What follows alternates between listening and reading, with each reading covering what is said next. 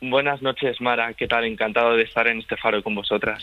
Qué gusto hablar contigo de esta película mítica, que yo te quiero preguntar lo primero, ¿cuándo la viste? ¿Te acuerdas de cuándo la viste por primera vez, los años que tenías? Pues mira, cuando se estrenó Titanic en España, yo tenía 3 añitos y medio. Era muy jovencito, ahora tengo 28. Y mis primeros recuerdos de Titanic son a través de mi hermana, porque mi hermana es mayor que yo. Sí. Y recuerdo ver la leomanía que les provocó la película a ella y a sus amigas en plena adolescencia. Y recuerdo esas imágenes de mi hermana reunida con sus amigas en mi casa, viendo Titanic en casa de sus amigas también, a veces que yo iba y les veía totalmente dentro de la historia. Y los primeros recuerdos de Titanic son a través de los ojos de mi hermana, realmente. Yo me Es acuerdo... curioso porque cuentas en el reportaje y viene al hilo también de esto que dices, que Sí. Titanic se ha convertido en una película abanderada de una generación entera, la millennial, pero ha pasado por diferentes fases la peli, ¿no? O sea, ¿cómo ha evolucionado desde tu punto de vista, Javier? ¿Cómo ha envejecido esta peli? Yo creo que Titanic, como dices, ha pasado por distintas etapas. La primera del boom, super taquillazo de Hollywood, probablemente el último gran clásico del cine norteamericano que nos llegó como película evento, rompiendo todos los récords, la película más taquillera de la historia hasta que años después le superaría otra película de Cameron como Avatar, éxito de crítica. Y después yo creo que sí que ha habido una especie de terreno en barbecho en la que a Titanic se la ha querido, yo creo, catalogar como pastelada, como una especie de moñada de Sí. película, que si tú decías que si te gustaba Titanic a lo mejor te miraban mal, que es lo que hemos querido demostrar también con el especial, el que formaba parte de la vida de muchas personas, y es esa generación millennial que por aquel entonces era adolescentes, gente joven, las que yo creo que con el paso del tiempo ha cogido Titanic como bandera de su generación, de una bandera cinematográfica. Es decir, Titanic formó parte de nuestras vidas y la reivindicamos como nuestros padres reivindicaban a lo mejor en los 80 Regreso al Futuro, y yo creo que sí, que Titanic realmente se ha convertido en un icono de la generación millennial y que hoy en día la sienten como parte de ella. Y luego te digo una cosa, citabas lo de la leomanía. Leonardo DiCaprio se ha convertido con el tiempo en uno de los mejores actores de Hollywood y Kate Winslet también. Y James Cameron no te cuento. O sea que es Total. verdad que el tiempo ha demostrado que aquello fue un germen interesante. Sí, desde luego, tanto DiCaprio como Kate Winslet eran jovencitos en aquel entonces, ya habían hecho papeles anteriormente que se les había dado a conocer, pero Titanic fue el trampolín definitivo. A mí me llama mucho la atención, por ejemplo, en la parte de la hemeroteca de fotogramas que hemos rescatado en este especial, que hemos buceado en los archivos, hemos encontrado 2 entrevistas geniales que les hicimos a DiCaprio y a Kate Winslet, cómo se les planteaba preguntas que, viéndolo 25 años después, te hacen mucha gracia. Por ejemplo, a DiCaprio le preguntaban cómo se sentía cuando le gritaban las fans japonesas después de Titanic. A Kate Winslet es muy curioso. Y él, ¿recuerdas alguna respuesta que te llame la atención de Sí, Leonardo DiCaprio? en aquel entonces las entrevistas además iban sin filtro en muchos temas, y DiCaprio decía que bien, que a él le gustaba gustar y que lo llevaba bien, que es un fenómeno un poco sorprendente para él, pero ya se veía ahí un poco esa faceta de DiCaprio de, bueno, no sé, como tú has dicho, la leomanía y el convertirse en un icono adolescente. Y es muy curioso que él la afrontaba con bastante naturalidad y entereza ya, Sí, sí. con No, 22 añitos que tenía. y luego, discúlpame el paréntesis, ¿no? No Sí, solo era un icono adolescente, sino que, insisto, ¿no? Hoy se ha convertido en uno de los actores enormes del sí, cine sí, de sí, Hollywood, ¿no? Y luego lo de totalmente. Kate Winslet, porque en Fotogramas citáis algo que me llama mucho la atención, que son comentarios que ella ya hacía acerca del estereotipo de la mujer en el cine. Efectivamente. Ella dijo una frase literal que yo cuando la leí me sorprendió, no en el sentido de que la dijera Kate Winslet, sino que la dijera con 22 años en la entrevista que nos hizo en el 98. Ella dice que por naturaleza hay chicas que son delgadas y que por naturaleza ella es una chica rechoncha. Por lo menos nosotros lo tradujimos así en fotogramas. Y decía que ella era feliz tal y como era, que sabía Sí. que no formaba parte del canon estético de Hollywood, pero me ha parecido curioso que a Kate Winslet no se le puede achacar que haya hecho bandera de romper los estereotipos físicos en Hollywood hoy. No, realmente lo lleva haciendo 25 años. Exacto. Y siendo tan joven, sí. Lo plasmaba en sus declaraciones y lo reivindicaba como una lucha suya que la ha hecho hasta estos días. Cuando tuviste la película, Javier, ¿tú con qué te obsesionaste? Porque cada fan de Titanic se obsesiona con una cosa, ¿no? Con el hundimiento, con la banda que seguía tocando, con el momento tabla, en fin. Pues mira, ¿tu obsesión cuál fue? La verdad es que yo cuando se estrenó Titanic, como te he dicho, yo era muy jovencito. Me acuerdo que después el primer recuerdo que tengo de ver Titanic es en un tren. No sé si nos íbamos mi familia y yo a Sevilla, Andalucía, un viaje que hicimos. Me acuerdo que ponían en uno de los trenes, estaban poniendo Titanic, y yo por aquella época en el colegio tenía fobia a la lluvia. Cuando llovía mucho, yo me ponía muy nervioso. Y cuando vi Titanic, a mí me impactó muchísimo, más que la escena del hundimiento, que es impactante, la parte de dentro, de cómo el agua iba entrando por todas las habitaciones, de cómo arrollaba a los pasajeros, de cómo Leonardo DiCaprio y Kate Winslet escapaban del agua. Y yo luego de pequeño me imaginaba que cuando llovía tanto en el colegio, a lo mejor nos íbamos a hundir también nosotros como en el Titanic. Y eso pues con 4 o 5 añitos me impactaba mucho. Pero con el paso del tiempo, fíjate que una de las cosas que más me ha impactado ha sido esa escena de Kate Winslet y Leonardo DiCaprio cuando él le dibuja a ella, que ella hace un desnudo para mí súper valiente con todo esto que hemos hablado, naturalizando otro tipo de cuerpo en Hollywood también. Es un desnudo además nada gratuito, es un desnudo precioso y con el paso del tiempo esa escena me ha parecido una preciosidad. Y la parte técnica, Javier, ¿qué te pareció? Porque el presupuesto era descomunal, pero es que me parece que se sobrepasó el presupuesto que había en la película y no sé si Cameron tuvo que poner dinero de su bolsillo, que entiendo que tendría dinero suelto. Un dato curioso es que James Cameron renunció a parte de su sueldo para que la producción siguiera, y no solo se sobrepasó el presupuesto inicial que tenían, sino que también el rodaje se alargó muchos meses más de lo que tenían previsto. Se desbarató todo y realmente es alucinante cómo rodaron. La parte más técnica obviamente es el tramo final del hundimiento, que es esa parte vertiginosa, trágica y dramática del final. Daniel Monzón, director de Celda 211 y del Niño, que fue periodista de fotogramas y crítico en el momento en el que se estrenó Titanic. De hecho, hizo la crítica, ¿no?, de Titanic. Hizo la crítica de Titanic, sí, para nuestra revista junto a otro compañero, y él nos contaba en especial que trabajó con unos especialistas que habían rodado Titanic con James Cameron, y le contaban que esa faceta tan exigente que él tenía como director, tan obsesiva a veces, le llevaba a que realmente los especialistas, cuando el barco se pone recto y se está hundiendo, los especialistas caían a plomo contra el suelo y les decían: nos vamos allí a romper una pierna, uno se va a romper el cuello y se va a quedar aquí, y realmente te das cuenta de que lo rodaron con una verosimilitud y una verdad que al final transmitía a la pantalla, y que yo creo que conducía a todos los espectadores que lo veían, entraban dentro de la película, en parte por cómo se rodó también. Bueno, no sé si sabes, Javier, que James Cameron es el ser humano que ha llegado más abajo en las profundidades del mar. Está obsesionado con el océano. Sí, en 2012 creo que fue, ¿no? Él tuvo el récord, descendió casi 11.000 metros bajo la superficie del Océano Pacífico en un sumergible que él creó para alcanzar el punto más profundo del planeta hasta ese momento. No sé si del 2012 aquí alguien lo ha superado, pero eso fue un boom, porque es otro de esos hitos que hace el ser humano, ¿no? Llega lo más alto hacia arriba en el espacio, y él es quien ha llegado más profundo en el océano. Ahora podemos decir que Kate Winslet, que también aparece en la secuela de Avatar, que se ha estrenado hace poquito, ha batido uno de los récords de apnea, de aguantar más tiempo debajo del agua, superando a Tom Cruise. Ha llegado a aguantar 7 minutos 15 segundos, me parece, así también como dato anecdótico. Fíjate, al final, no sé, son tablas. Al final también, después de rodar Titanic y todo, tendría eso. Pero es muy curioso también esto que dices de James Cameron, que efectivamente es así.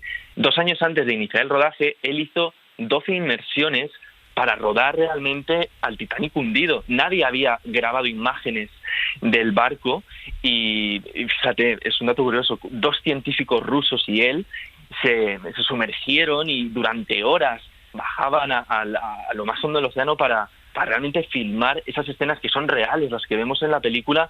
Es el Titanic hundido y Cameron en aquel momento estaba captando unas imágenes que nadie antes había rodado. Y es lo que te digo, esa faceta que él tiene de llevar al extremo todo, también tiene su parte fascinante, porque obviamente cuando conoces estos datos, él lo dice, cuando él se sumergió y hizo esas inmersiones, sintió que estaba vinculado de alguna forma ya irremediable con esa historia, y el impacto que le provocó ver toda esa estructura del barco hundido le empujó a hacer una película que al final ha trascendido a la historia en sí, y que ha marcado parte de la historia en sí. Sí, eso sin ninguna duda. De todas formas, el vínculo entre Titanic y el verbo que llevamos hoy, soltar, es ese momento en el que están en la tabla.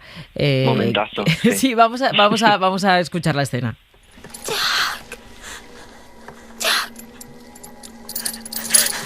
Jack. Es un bote, Jack. Vuelvan. ¡Hola! ¿Alguien puede oírme? No hay nadie vivo, señor. Vuelvan.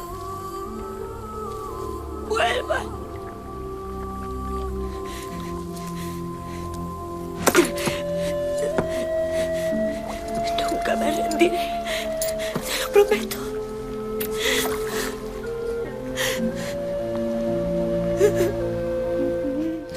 Bueno, momentazo en el que ella le suelta las manos a él y él se hunde en las profundidades del océano. Una cosa muy tremenda, pero que un dilema, un auténtico dilema. ¿Qué haces, no? Si estás en esa situación, si sigues agarrada a esa persona, puede ser que pueda contigo y te hundas tú.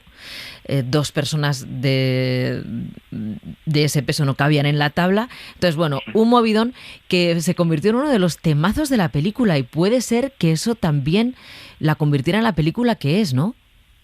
Sí, es un reflejo de lo que hemos comentado, de cómo Titanic ha trascendido y ha atravesado la gran pantalla para convertirse en meme, en polémica, en debate a lo largo de 25 años. Y el hecho de que esta cuestión de si Jack entraba o no en la balsa que salvó a Rose, dice mucho de ello. Antes hablábamos de Cameron. James Cameron llegó a hacer un experimento recreando las condiciones ambientales de la escena, el frío, el peso de las dos personas, la tabla, y demostró que efectivamente si Leonardo DiCaprio hubiera subido a la tabla, esa tabla se hubiera hundido y hubiera sumergido al menos a las dos personas en el agua. Y como vemos en la película, uno de los planos más impactantes, hay un mar de cadáveres que han muerto por congelamiento, y hay un plano específico de una mujer con un bebé totalmente blancos por el frío. Ellos dos, tanto DiCaprio como Rose, se hubieran caído al agua y hubieran muerto también congelados. Eso es lo que quiso demostrar Cameron, pero durante estos 25 años ha habido gente que ha insistido que Jack entraba en la tabla, que Jack cabía, que le podría haber hecho hueco perfectamente. En nuestro especial nos han dicho que entraban hasta los violinistas, que en esa tabla cabía todo el mundo. Pero ¿qué pasa? Que aquí también romperíamos la magia de la historia. Claro. Y romperíamos esa parte trágica y dramática que justifica que se cuente Titanic. Porque Titanic es un enorme flashback contado por esa maravillosa Gloria Stewart, que hacía de Rose anciana, esos ojos con tanta verdad, con tanta nostalgia, que contaban esa historia que claro, si DiCaprio no muere, si Jack no se va al fondo del océano, no hay historia que contar, no hay tragedia al final que justifique esta historia. No hemos encontrado nada sobre Jack. No está registrado en ninguna parte. Supongo que no lo estaría. Además, nunca he hablado de él hasta ahora. Absolutamente con nadie. Ni siquiera con tu abuelo. El corazón de una mujer es un profundo océano de secretos. Pero ahora saben que existe un hombre llamado Jack Dawson y que él me salvó. En todos los sentidos en que puede salvarse una persona. Ni siquiera tengo un retrato de él. Ahora solo existe en mi recuerdo. Pero es verdad, Javier, que hay una escena eliminada en la que DiCaprio... A ver, cuéntame esa escena, la eliminada.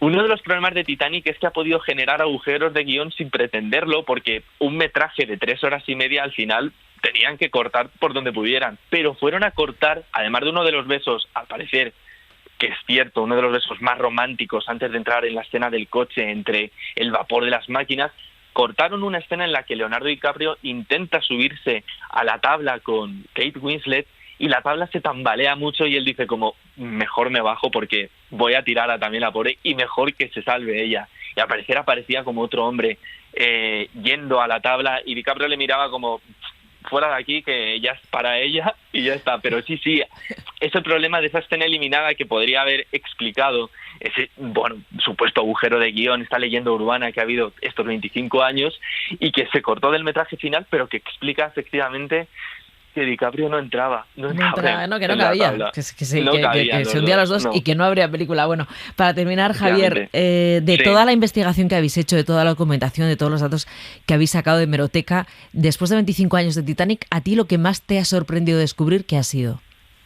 Pues mira, me voy a quedar con 2 datos. El primer dato es una anécdota que no hemos hablado de ella, de la canción y el temazo que triunfó con la película, ese My Heart Will Go On de Celine Dion. Era una canción que nadie quería. No lo quería Celine Dion, no le gustaba, no lo quería ni por asomo James Cameron, que no quería una canción romántica en la película.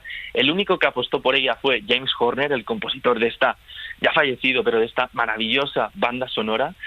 Y en una prueba que le hizo, llamó a Celine Dion y le dijo, ven tu momento que vamos a grabar una cosita, y ahí en un hotel, creo en una habitación de un hotel, grabaron una maqueta y se dice al parecer que Celine Dion solo grabó un intento de esa canción y que la voz que escuchamos en la canción de la película es ese intento que ella hizo en un hotel con James Horner. Anda. Y luego de un poco de Strangis, dijo un día James Horner a James Cameron, vente un poco a mi casa que te voy a enseñar partes de la banda sonora, y ya le coló la canción y le terminó convenciendo, porque James Cameron no quería para nada que se le señalara un poco como, bueno, ya que estás viéndote una película muy romanticona, una pastelada, encima nos metes una canción de amor con Celine Dion cantando. Que cambió la vida, o sea, Celine Dion desde luego era ya una musa de la música, pero yo creo que esta canción y esta banda sonora le cambió la vida, ¿eh?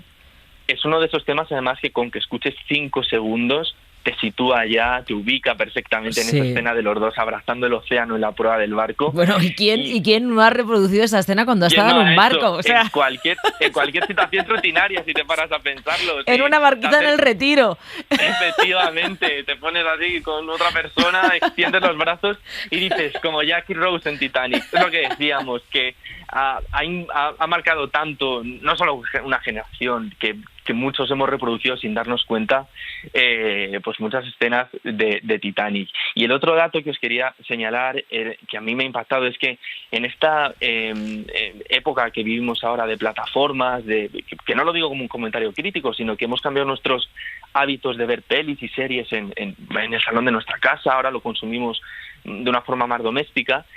Titanic estuvo un año entero en taquilla. ¿Un año? Un año entero en taquilla. Había gente que nos ha contado en el especial esperando 2 horas y media de cola, que hoy en día eso es impensable. Sí. Hoy en día las películas se estrenan, están un mes y a lo mejor al mes siguiente ya lo tienes en la plataforma de su distribuidora para que la puedas ver también en casa. Sí. Y oye, me ha parecido que Titanic también habla mucho de nosotros entonces y ahora también. Y el hecho de que se viviera como probablemente la última gran película, evento que ha tenido la historia del cine, además un fenómeno global que tocó muchas capas de la sociedad, intergeneracional, podía ser mayor, adolescente, joven, adulto, todos fuimos a ver Titanic y realmente me impresionó mucho el dato de que estuviera un año entero en taquilla, además arrasando en taquilla. Sí. Y la gente de la industria sabe que hoy en día eso es impensable y como decimos, Titanic va a quedar como ese último gran clásico del cine norteamericano que se vivió como una película evento. Javier Díaz Salado, director del especial que ha hecho la revista Fotogramas este mes de enero sobre la película Titanic en su 25 aniversario. Muchas gracias por haber estado esta noche con nosotras aquí en El Faro. Muchísimas gracias a vosotras, Mara. Un beso. Un abrazo. Chao. Adiós.